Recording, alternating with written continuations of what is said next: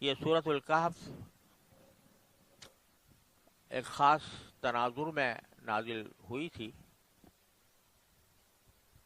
جس کی تفصیل بعض روایات سے معلوم ہوتی ہے کہ یہودیوں سے مشرکین مکہ نے یہ پوچھا تھا کہ ہمارے ہاں محمد صلی اللہ علیہ وسلم نبوت کا دعویٰ کرتے ہیں، تو ہمیں ذرا معلوم کرنا ہے، ہمیں تو نبوت کا کوئی پتہ نہیں ہے کیونکہ ہم تو کسی نبی پر ایمان رکھتے نہیں ہیں۔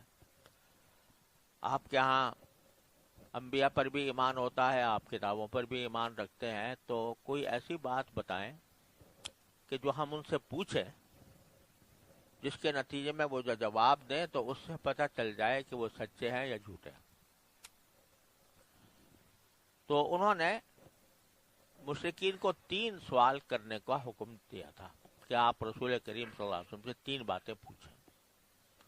اگر وہ ان کا صحیح جواب دے دیں گے تو اس کا مطلب یہ ہوگا کہ وہ واقعی سچے ہیں۔ ایک بات تو انہوں نے پوچھی تھی کہ روح کے بارے میں سوال کریں کہ روح کی حقیقت کیا ہے۔ اس کا ذکر پہلے سورہ بنی اسرائیل میں گزر گیا، اور وہاں چونکہ اللہ تعالیٰ نے یہ فرمایا کہ روح کی حقیقت کوئی بیان کر ہی نہیں سکتا، اس لیے اس کو الگ سے سورہ بنی اسرائیل میں اللہ تعالیٰ نے ذکر فرما دیا۔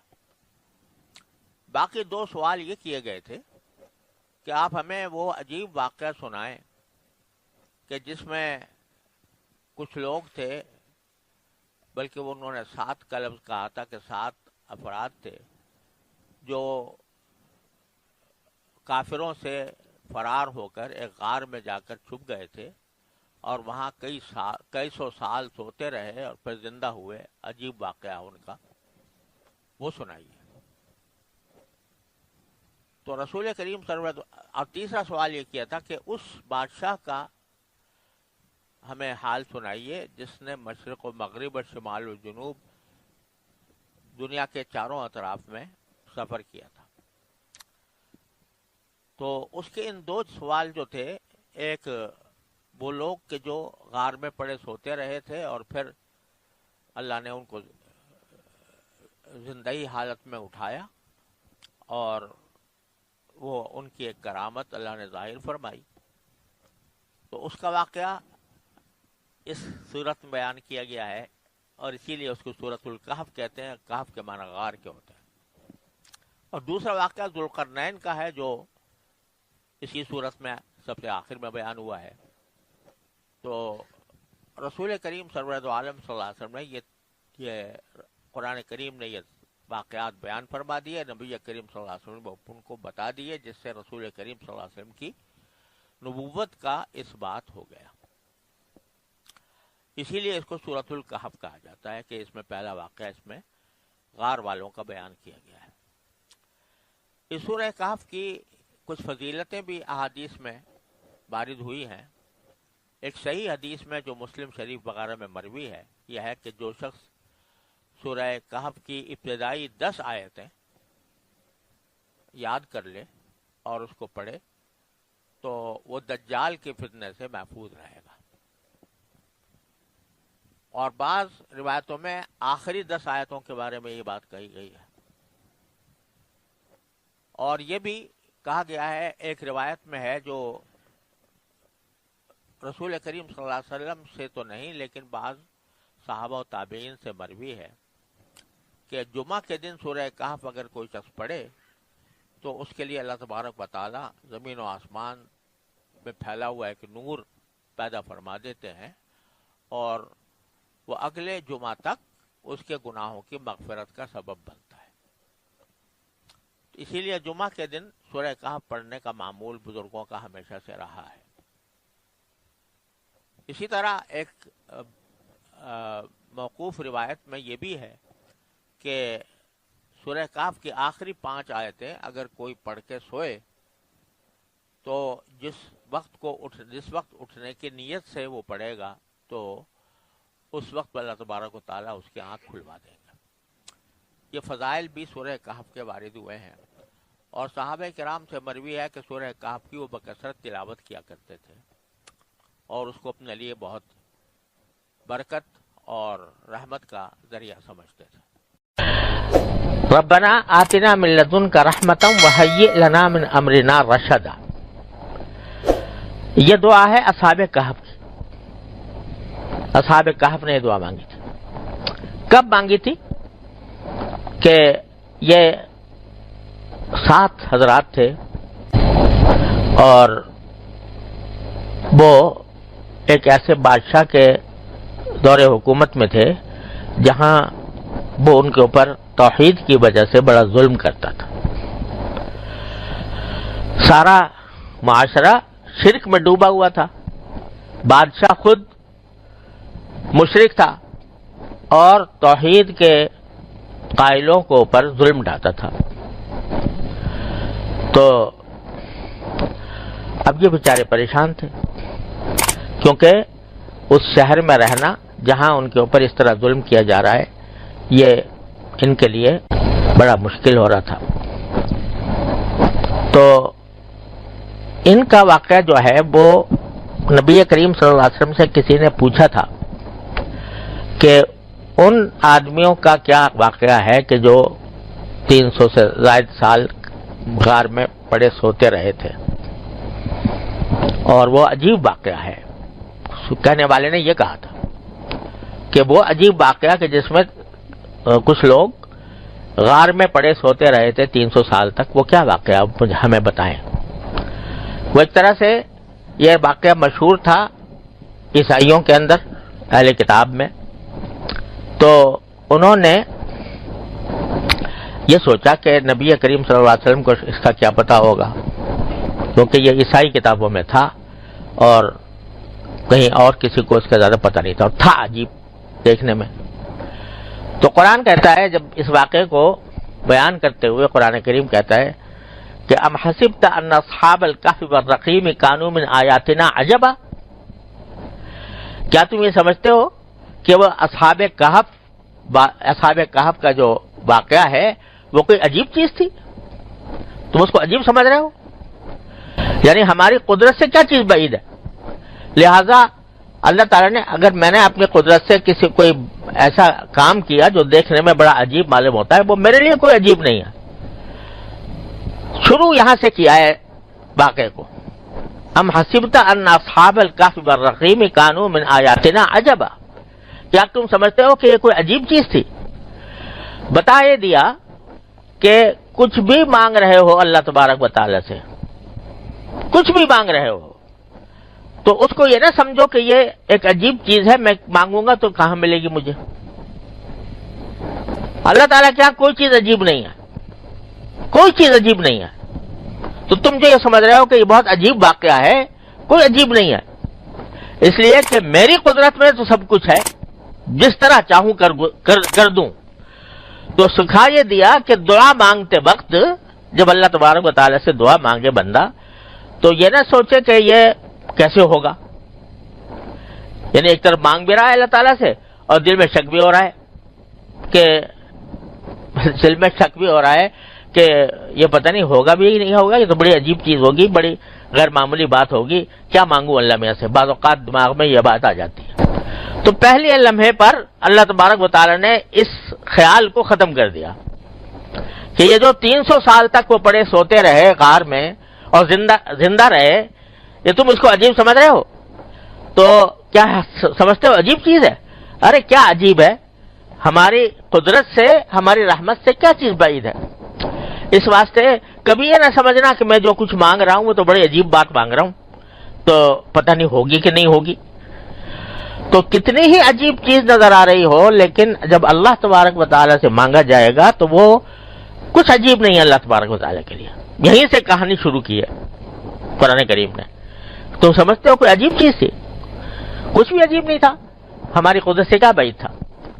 پھر آگے واقعہ بیان کیا، اذ الفتية الى الكهف فقالوا ربنا آتنا من لدنك رحمة وهيئ لنا من امرنا رشدا۔ اب سنو قصہ، پہلے یہ بات دہن نشین کر لو، کوئی بات عجیب نہیں ہمارے ہاں۔ اور پھر آگے واقعہ سنو، اذ الفتية الى الكهف، کہ جب وہ نوجوان جن کا ذکر ہو رہا ہے وہ جب انہوں نے پناہ لی غار میں تو انہوں نے کیا کیا تھا؟ پناہ لی غار میں وہی بات کہ شہر میں حاکم جو ہے وہ ظالم تھا، توحید کے عقیدے کا مخالف تھا، توحید والوں پر ظلم کرتا تھا. اب گھر میں وہاں شہر میں رہیں تو ظلم و ستم کا نشانہ بنے، اور شہر سے باہر جائیں تو کھائیں پیئیں کہاں سے؟ اس کے لیے ہمارا انتظام کیسے ہو کہ ہم کہاں کوئی مکان ہو، کوئی گھر ہو، کوئی ایسی جگہ ہو کہ جہاں کے جا کے چھپ جائیں. تو اور کچھ بھی نہیں تھا، ایک غار تھا، اس میں جا چھپے، وہاں پناہ لی. اب کیا کیا کہ چاروں طرف سے اسباب کے جتنے راستے تھے وہ بظاہر بند، نہ شہر میں جا سکتے ہیں نہ کسی ایسی جگہ جا سکتے ہیں کہ جہاں امن و سکون کے ساتھ رہ سکیں، کھانا پینا بھی ان کو مہیا ہو جائے.